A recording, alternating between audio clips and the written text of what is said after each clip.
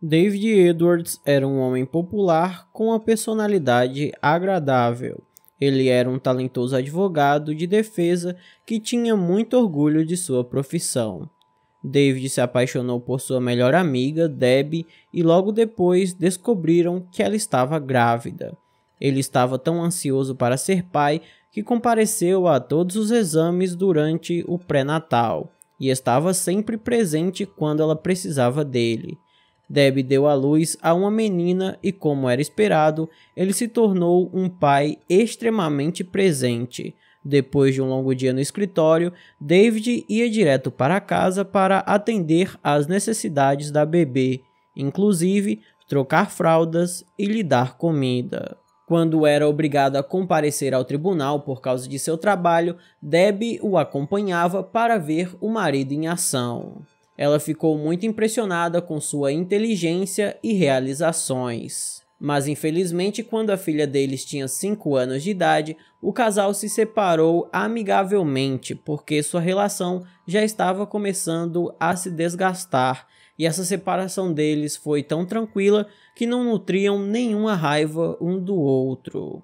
Na verdade, os dois continuaram sendo tão amigos que às vezes a Debbie fazia o jantar para o David. No entanto, as coisas começaram a mudar quando David, já com 50 anos de idade, conheceu Sharon Mansour, de 41. Ele a conheceu quando defendeu o ex-marido dela, que havia sido acusado de agredi-la. Ela havia mentido no tribunal, dizendo ser vítima de violência doméstica, e David ajudou seu ex-marido a provar sua inocência. Depois disso, eles passaram vários anos sem se verem novamente, até que em uma noite, quando David estava navegando no Facebook, viu a foto do perfil de Sharon e decidiu adicioná-la como amiga. E esse foi o início de seu relacionamento. Então, Sharon mudou-se para a casa dele em Lancashire, na Inglaterra, no ano de 2014. E aí, tudo desandou. David costumava frequentemente ir até a casa de sua ex-mulher para visitar sua filha e até pegá-la para passear. Em uma dessas visitas, o David foi até a casa da Debbie em uma agonia tremenda. Ele estava muito inquieto. Ela perguntou o que havia acontecido e descobriu que o David estava com a clavícula fraturada. Ele explicou que estava daquele jeito porque havia caído de uma escada, mas a Debbie não acreditou nem um pouco naquilo. Porém, não tinha nada que pudesse fazer, já que o David insistia que estava tudo bem. Quando Sharon e Debbie se conheceram, a mulher causou uma péssima primeira impressão. Debbie se recusou a entregar sua filha a David e Sharon porque os dois estavam bebendo quando era a vez deles cuidar da criança. Ela pediu que David voltasse outra hora, quando não estivesse embriagado, e depois que voltou para casa após o trabalho, ela encontrou Sharon batendo e chutando sua porta, exigindo falar com ela sobre aquela situação. Debbie não se importou com o fato de Sharon ficar furiosa, pois sabia que não deveria permitir que sua filha saísse com eles depois deles estarem embriagados. Debbie e David sempre conversavam bastante quando ele ia buscar a filha. No entanto, depois que ele começou o relacionamento com Sharon, todo o seu comportamento começou a mudar, e nessas visitas ele ficava cada vez mais calado. Ocasionalmente, ele também começou a aparecer todo desarrumado, arranhado, com hematomas e até mesmo com o olho roxo. Mas para justificar tudo aquilo, ele sempre dizia que tinha tropeçado numa porta, caído sozinho, que tudo aquilo eram machucados que eventualmente aconteciam em momentos de distração, mas nunca culpa de sua companheira. Já no dia 21 de junho de 2015, Dia dos Pais, David havia pedido para passar o dia com sua filha, e Debbie estava completamente de acordo. No entanto, ela recebeu um telefonema dele informando que não poderia pegar a filha naquele dia. Debbie ficou furiosa e correu para a casa dele para descobrir o que estava acontecendo. E assim que ele abriu a porta, ela viu uma marca de mão em volta de seu pescoço, cortes graves e seu lábio cortado.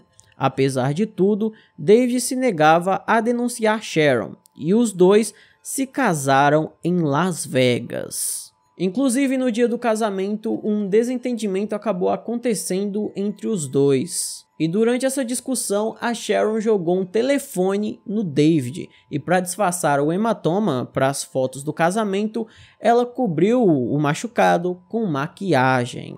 Em grande parte, a Sharon havia determinado como a vida de seu marido seria. Ela era ameaçadora e o intimidava, além de ser abusiva e controlar com quem o David deveria falar ou não. Para vocês terem uma noção, depois de um tempo, a Debbie começou a ter que falar primeiro com a Sharon para poder falar com o pai da filha dela. David, a essa altura, já havia perdido muito peso e não era mais a mesma pessoa. Sua autoestima era tão baixa que às vezes o impedia de aparecer para trabalhar. Sharon também tinha o hábito de aparecer em seu local de trabalho sem avisar, simplesmente para ver se o marido ainda estava lá. Ela entrava no escritório e gritava com as secretárias quando seu marido estava trabalhando. Os amigos e colegas do advogado o encorajaram a terminar com sua esposa, depois que ele começou a aparecer no tribunal com os olhos roxos, arranhões e marcas de mordida. E ele ainda disse a um de seus colegas que sua esposa o havia espancado com uma mesinha de centro e um cinzeiro. Embora Sharon nunca tenha sido violenta com a filha do David, a Debbie resolveu que era melhor que sua filha não se aproximasse daquela mulher, pois ela era uma influência negativa. Além de toda aquela energia ruim, ela temia que sua filha acabasse sendo influenciada por aquela onda de violência. Debbie então informou a David que não queria mais que sua filha ficasse com ele, mas ele sempre seria muito bem-vindo em sua casa se quisesse visitar a criança. Depois desse aviso se passaram 2 semanas até que David ligou para Debbie, expressando o quanto sentia falta de conversar com sua filha. O homem desabou e disse que sua vida havia se transformado em um inferno. Ele não suportava mais o terror constante que sentia em sua própria casa. E Debbie lhe disse que as coisas continuariam a piorar cada vez mais, ao invés de melhorar. Ela o avisou que ele deveria ficar longe de Sharon ou ela o mataria. E essa foi a última conversa que os dois tiveram.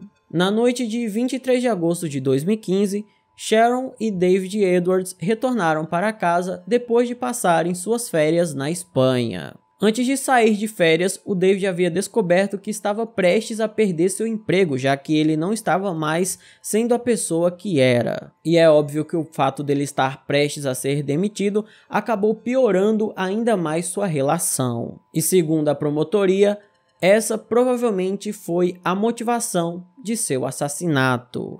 Segundo os promotores, Sharon não conseguia superar a perda do estilo de vida que estava acostumada. E na noite antes de David ser encontrado sem vida, ele e sua esposa foram a um bar próximo. Sharon discutiu com ele em frente ao bar e a polícia foi chamada, mas o casal foi liberado para voltar para casa e no dia seguinte, os detetives encontraram David sem vida na cama. David Edwards foi esfaqueado com uma faca de cozinha. Sharon disse às autoridades que seu marido havia bebido demais e caído, causando seus ferimentos. E disse também que ele havia tropeçado e caído na faca que ela segurava durante o desentendimento que tiveram por causa de dinheiro. A mulher ainda disse que não sabia a real extensão dos ferimentos do marido e que não tinha a intenção de machucá-lo. Como a polícia obviamente não acreditou em sua história, ela foi presa e acusada de assassinato. E em fevereiro de 2016, Sharon Edwards foi levada a julgamento. Sharon Edwards foi considerada culpada de assassinato em primeiro grau no dia 8 de março de 2016, sendo sentenciada à prisão perpétua com um mínimo de 20 anos até pedir liberdade condicional.